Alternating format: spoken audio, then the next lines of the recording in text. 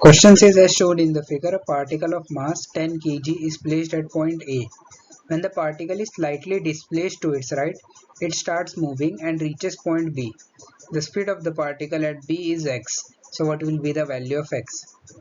Now what the question is saying, that there is a particle which is released from A and then after some time it reaches B. So what will be the velocity of particle at B?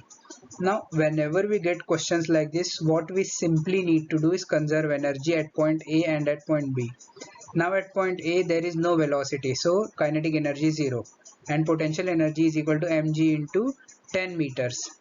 Now at point B we have some kinetic energy half mv square, and we have also the potential energy which is equal to mg into 5 meter.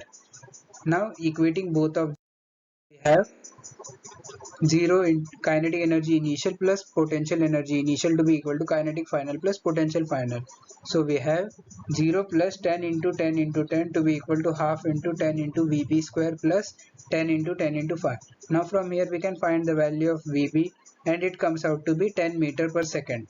So therefore velocity of particle at B is equal to 10. So the value of x is equal to 10.